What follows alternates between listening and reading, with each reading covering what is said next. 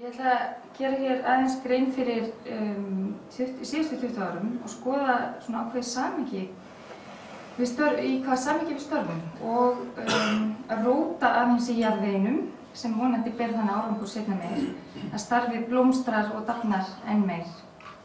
Þetta er líflegt og skapandi og skemmtilegt starf. Jafnvel göfugt og gjöfult á köflum. En það þarf að skoða málin og hlúa að rótum og sérstaklega á tímamótum sem þessum.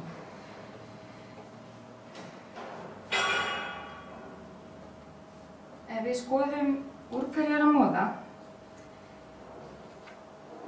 þá er viðfangsefni hér sagnfræðslu starfið sjálft, saga þess og þróun. Mér finnst spennandi að greina aðstæður og stöðu, stefnu og möguleika og framþróun sagnfræðslu og allt sem hamlar mögulega framgangi hennar. Og þá á ég við þá þröskulda verið að standa í vegi fyrir því að menntunarþáttur safna öðlist viðurkenningu sem grundvallaratriði í safnastarfsemi. Þetta er ungt fag og bent hefur verið á að heildarsýn og dýpri stefnumótun í þessum málaflokki vantar hér á landi. Það er því nauðsynlegt að skoða starfið sjálft. Starfið er kröftugt og tímafrekt og lítill tími gefst til rannsókna. En hér erum við og mér finnst alltaf spennandi að reyna að sætta fræðin og praktík í eigin starfi. En stikla hér á stóru í dag og flakka aðeins í tíma. Þannig að ég vona að það kom ekki að sög. En spurningarna sem að kannski vakna hvort að fræðslan sé á réttum tíma, hvort það komi á réttum tíma inn í sýningarferli, skiptir máli að tengja starfsemi við formlega skólakerfi gegnum námskrá,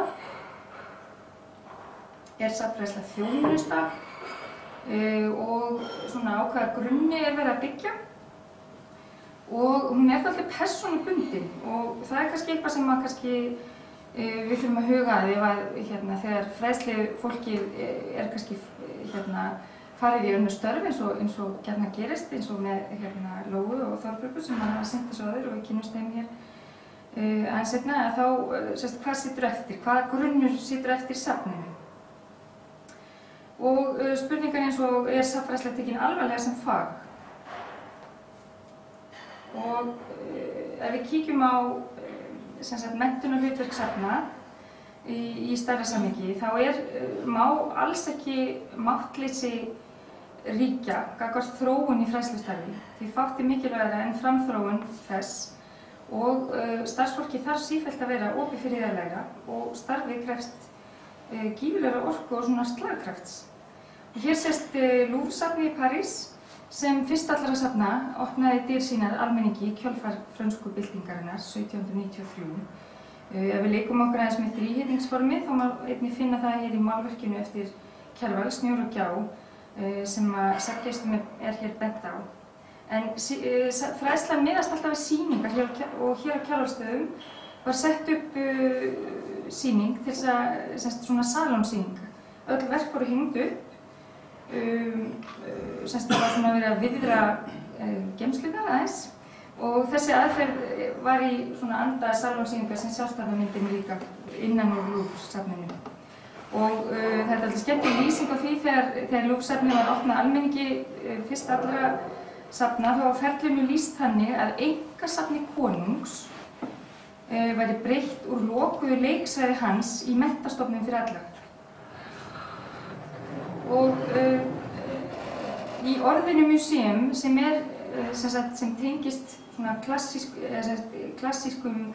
þessum klassíska gríska gyðjuhofi, að þetta var talinn staður til ígrundunar og heimspekilegra vangaveltna og ákveðin svona mikilfengleiki. En það hefur komið ákveði menntunarhlutverk safna í lög hér á landi, svo við tengjum þetta við Ísland, að það gerist ekki fyrir 1988. Ég er að byrja að færa þetta svo að hafa hann aðeins neðir.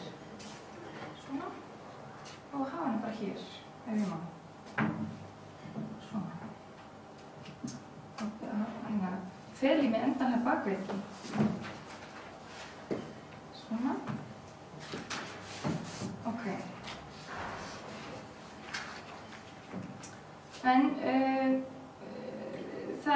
til þess að tengja þetta við daginn í dag, að þá var gerð skýrsla á vegum mennta- og menningarmálaráðuneytisins þar sem var verið að skoða menningarfræðslu á Íslandi. Þetta er fyrsta sinn sem gerði svona úttekt á menningarfræðslu og það var ráðuneytið, mennta- og menningarmálaráðuneytið sem stóð fyrir þessu og hún anbað fólk komst að því að söfn mættu hafa miklu meira vægi í námskrám skóla hér á landi og að þau ættu í rauninni að nýta sem mikilvæga námsuppsprettu.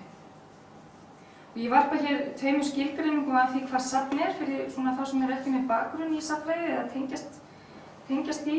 Fyrstu lögin komu fyrir 10 árum síðan, árið 2001 og þar var talað fræðslu, að það ætti að miðla upplýsingum til fræðslu og skemmtunar og nú nýverið 2011 þá búið að breyta safnalögum og hlutverk þau reyndar taka ekki gildi alveg strax en þarna orðalagið aðeins breytt og það fer nú hérna aðeins út af glerinu sig, það var eitthvað breyst hérna letrið sig en hlutverk safna að safna heimildum manninn, sögu hans og menningu, umhverfi og náttúru, skrá þær, varðveita og rannsaka, miðla upplýsingum svo það megi nýtast til að auka þekking og skilning, lífsgæði og ánægju manna, stendur á að standa þarna. Já. Svo það spurning þetta göfuga starf. Hér sést farandkennari í listum að störfum í British Museum árið 1881 og upphaf leiðsagnaformsins sem lífsegt form í safnfræðslu má rekja til British Museum en það fyrstu safnkennararnir voru ráðin 1911 og 127 árum síðar þá erum við að nota svipað aðferð eða hvað, handleggurinn að benda virðist að minnsta kosti vinsæll. Og þetta spurning að tengja safnkostinn við safngesti og mjög gefandi starf. Ákveðin viðhorfsbreyting hefur átt sér stað gagnvart því að læra á safni. Ekki lengur talið við hæfi að bjóða upp á eina leið til miðlunar frá safnkennara til nemenda á safni. Greina má 2 ólík sjónarmið og svo við mátum þetta aðeins við fræðin og það fræðslu og þátttökusjónarmið sem álítur safn sem menntastofnun fyrir almenning annars vegar og hins vegar sérfræðingssjónarmið sem gengur út frá því að safni þjóni þeim tilgangi einum að safna og varðveita hugmyndir eða myndir og muni burt sér frá fræðslugildi þeirra til almennings. Þetta svona þeir fræðir sem að sjást í fræðunum. Og við viljum að sjálfsögðu starfa meira á sviði fræðslu þátttöku eða út frá því sjónarmiði. Og við erum að tala svona ákveðið virkt samtal og 2 kerfi. Það annars vegar safnaheimurinn og skólakerfið. Og safnfræðslan takmarkast ekki við móttöku skólahópa þó það sé gjarnan hryggjarstykki í fræðslustarfi þeirra. Söfn eru mjög öflugur vettvangur símenntunar og að læra á safni ekki óskilt vettvangsnámi. Að kanna, rannsaka, skoða, finna og príla standi það til boða. Söfn eru óformlegur vettvangur náms og einn af þeirra helstu kostum og nám á safni ekki fyrirfram ákveðið líkt og í formlega skólakerfinu þó svo við notum orði eins og leiðsögn sem maður kannski gefur til kynna að þessi fyrirfram ákveðið en þá verið að bregðast við þeim hópi sem verið að tala við eða því fólki sem tala við hverju sinni. Skynjunin getur verið marglaga og það gengið inn í þrívíðan heimsýninga og mikilvægi þess að læra á safni felst ekki síst í því að maður í nánu sambandi við upprunalega hluti, hvort sem að ræða myndlist eða minjar, en tölvuskjár og prentmiðlar eiga það til að fletja út upplifunina. Og það mjög mikilvægt að þessi vettvangurinn bæði sjónrænn og félagslegur og að nota safn mikilvægt, að reyna að kenna fólki að nýta sér safn bara sem vettvang.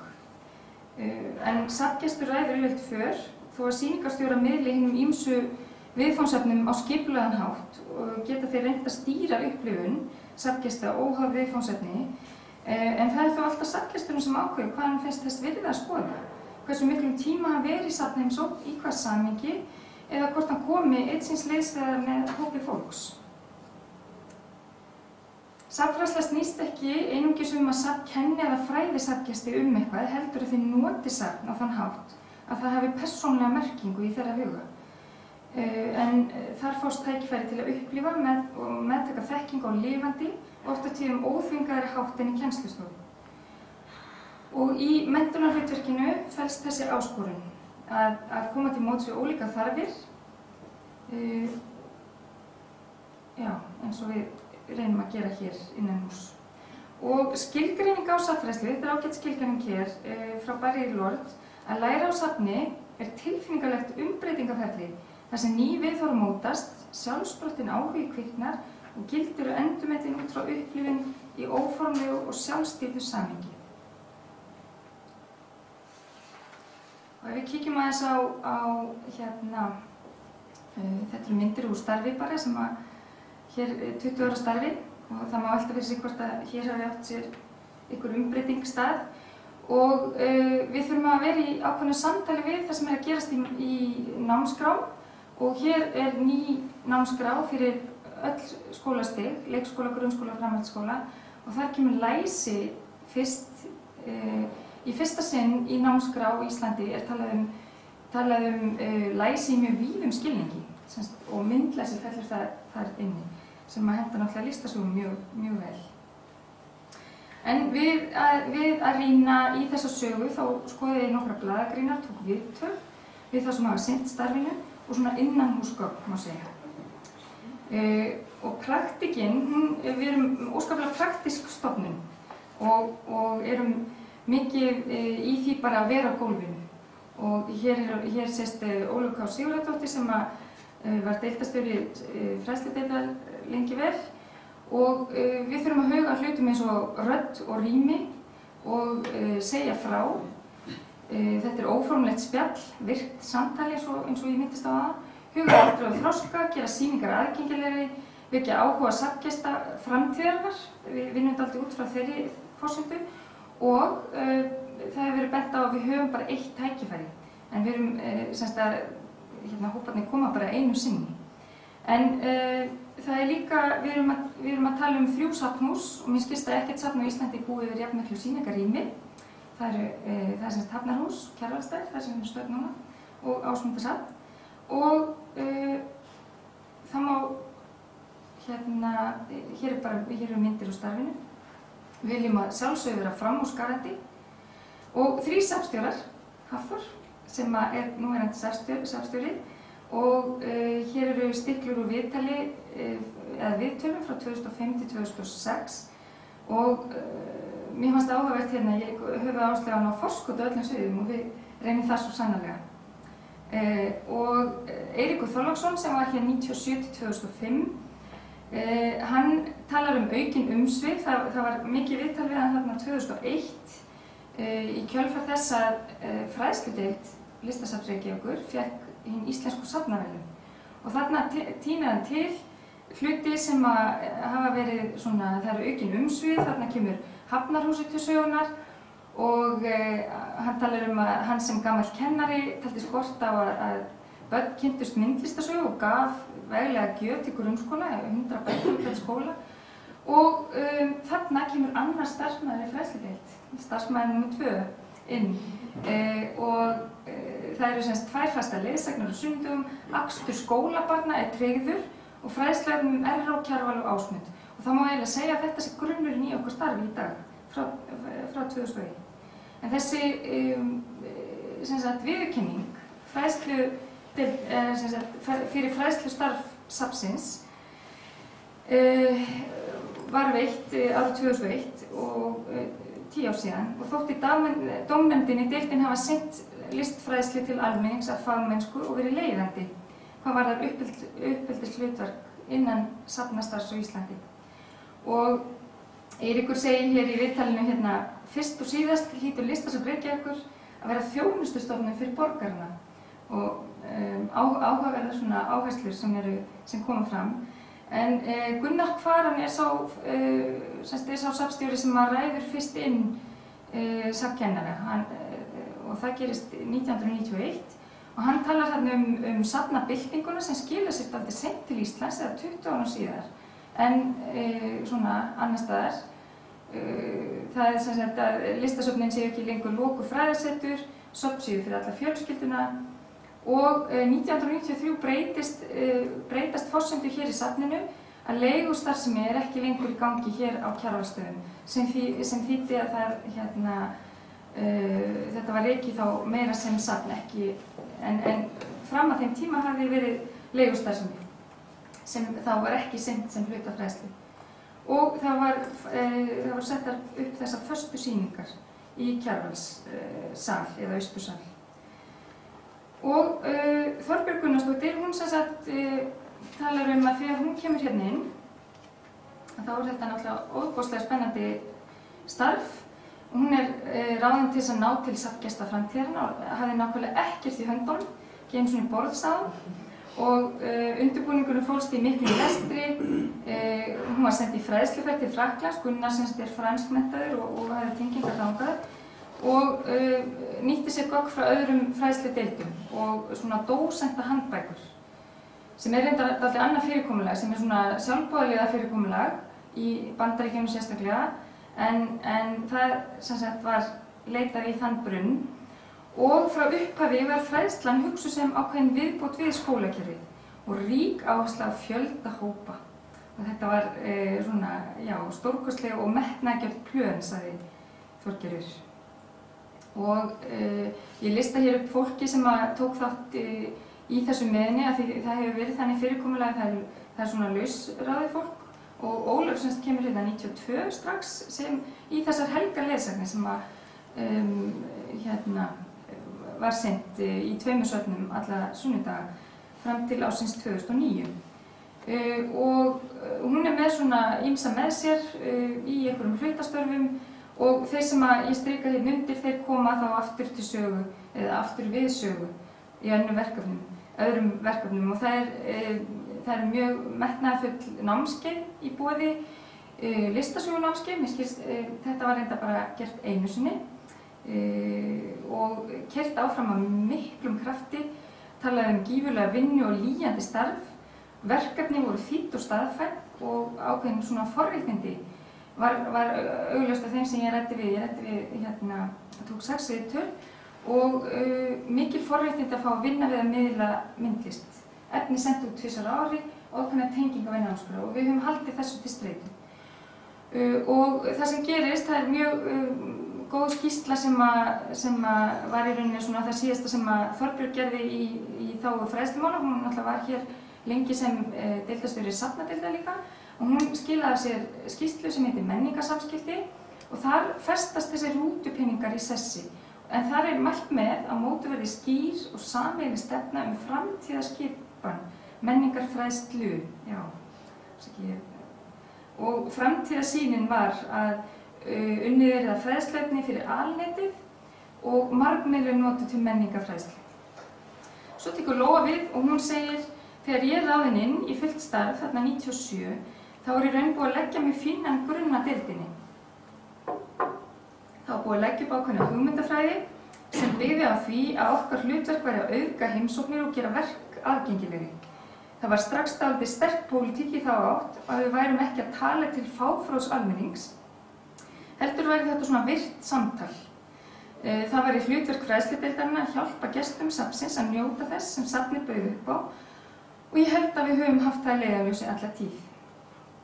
Og þarna kemur Ingileif Thorlacius heitinn inn í starfið og hún viðlóðandi það bara heilengi. Og nálgunin var þetta að ala upp gagnrýna neytendur og ákveðin skoðanaskipti. Og þetta semst viðtal sem birtist í júlí 97 og höfuðsafnið, Listasafn Íslands, þar þessi nálgun vekur greinilega athygli þar vegna þess í desember 97 að þá tala ala upp listnjótendur en ég ætla nú ekki að fara út í svona mismunandi starfsemi deildan, safnana, en það margt áhugavert þar. og það stórt verkefni sem heitir líkamsnánd sem var samnorrænt verkefni sem Ólöf talar oft sem svona ákveðna eldskíl í safnastarfi og en þessu fylgdi styrkur og þannig talaði að nemar verði virkir neytendur og það var unnið sérstaklega með unglingum. Svo.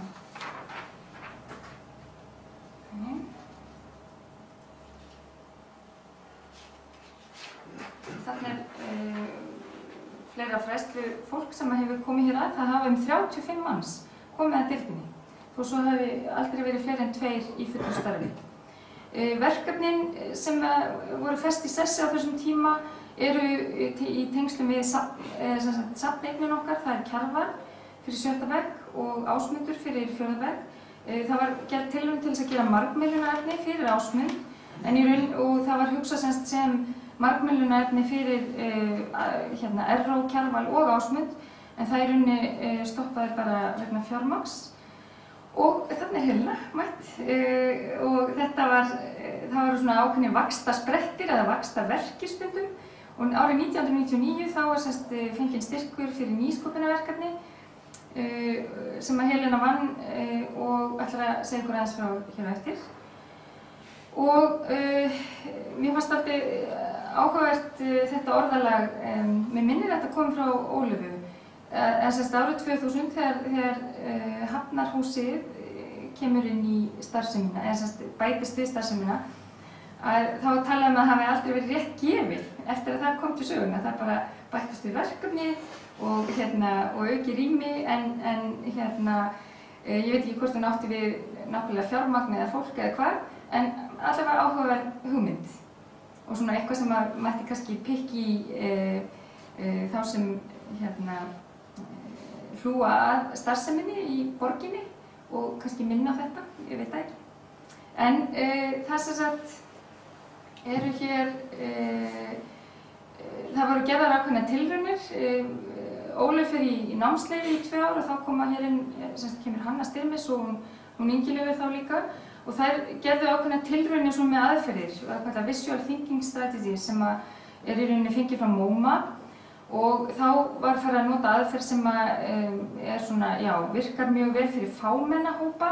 Við höfum ekki farið þessa leið vegna þess en þetta var svona ákveðin tilraun sem alveg svona, það þarf að vera ákveðin svona umræðu grundvöllur eða umræðu grunnur til staðar og það við verðum bara ekki vera komin alveg þangað en við megum til með að tala aðeins tölur og það sem sagt eru árið 2010 voru 409 skólahópar, mér skilst að það hafi verið 270 tæplega árið 1997 og þarna þessi súla frá 2004 það sýning Ólafs Elíassonar sem sprengdi vist allt hér innan hús í aðsókn og aðgengi en það var í rauninni tengt inn í sýninguna, fræðslan var tengt inn í sýninguna með þessu rými sem var hægt að byggja úr og annað slíkt, þannig að það var mjög gott. Og ef við veltum hér okkur ákveðinni hugmyndafræði, hvernig ég á tíma? 2 mínútur? Já, ok. Þá lýsir þetta ágætlega hugmyndafræðinni að reyna að fá fólk til að rýna aðeins betur í verkin. Það eru ákveðin svona stöðuleikamerki sem hafa átt sér stað á síðustu árum og þessar kvöldgöngur og við höfum gert tilraunir með sumarnámskeið en höfum ekki getað haldið þeim áfram og hér sem sagt árið 2006 þá kemur út bók sem heitir Skoðum myndlist og í kjölfar á henni gerist mjög mikilvægt að fræðsludeildin færir í rauninni ákveðið rými sem við köllum Norðursal, við köllum þetta núna Smiðju sem kom í rauninni í kjölfarið á þessari bók því það voru settar upp sýningar þarna og þetta mjög mikilvægt skref í þróun fræðslustarfs Listasafns Reykjavíkur. Og við erum hérna 2, þetta deildin semst í dag og þetta listi yfir verkefni sem við sinnum. Ég bætti þetta við, sérðu, 21, hérna, það þitt verkefni hér sem búin að vera ötul í því að fá inn sýningarstjóra og gagnrýnendur erlendis frá. Þannig að það er nóg að gera, það vantar ekki. Og hér við höfum haldið ýmis námskeið eins og námskeið fyrir kennara og stundum með listamönnum sem hafa unnið með framhaldsskólum. Og þeir sem eru undirstrikaðir hér á þessum lista eru þeir sem starfa hér nú í tengslum við fræðsluna og Bergsveinn er rauður af því hann ætlar að tala hér á eftir. Og það er ákveðni vaxtarkippir eins og fræðslefni fyrir fjölskyldu og við höfum verið að reyna að hvetja til virkni í smiðjunni. Sérst að leyfa fólki þá að tjá sig með þá einhverjum svona eins og post-it-miðum eða einhverju einföldu. Og Sofía kemur nú til með að segja ykkur aðeins frá heimasíðu eða sérst fastbókinni sem tengist nú þessu. Og bara í gær þá opnuðum við samstarfsverkefni með 18 ára framhaldsskólanemum hér á Kjarvalsstöðum og sem heitir Kjarval snertir mig og þau fengu semst 1/3 af sal til þess að velja verk úr safni og tengja. Og heimasíðan okkar, við erum að reyna að setja pöntunarkerfi í gang þar sem gengur hægt en gengur samt vel.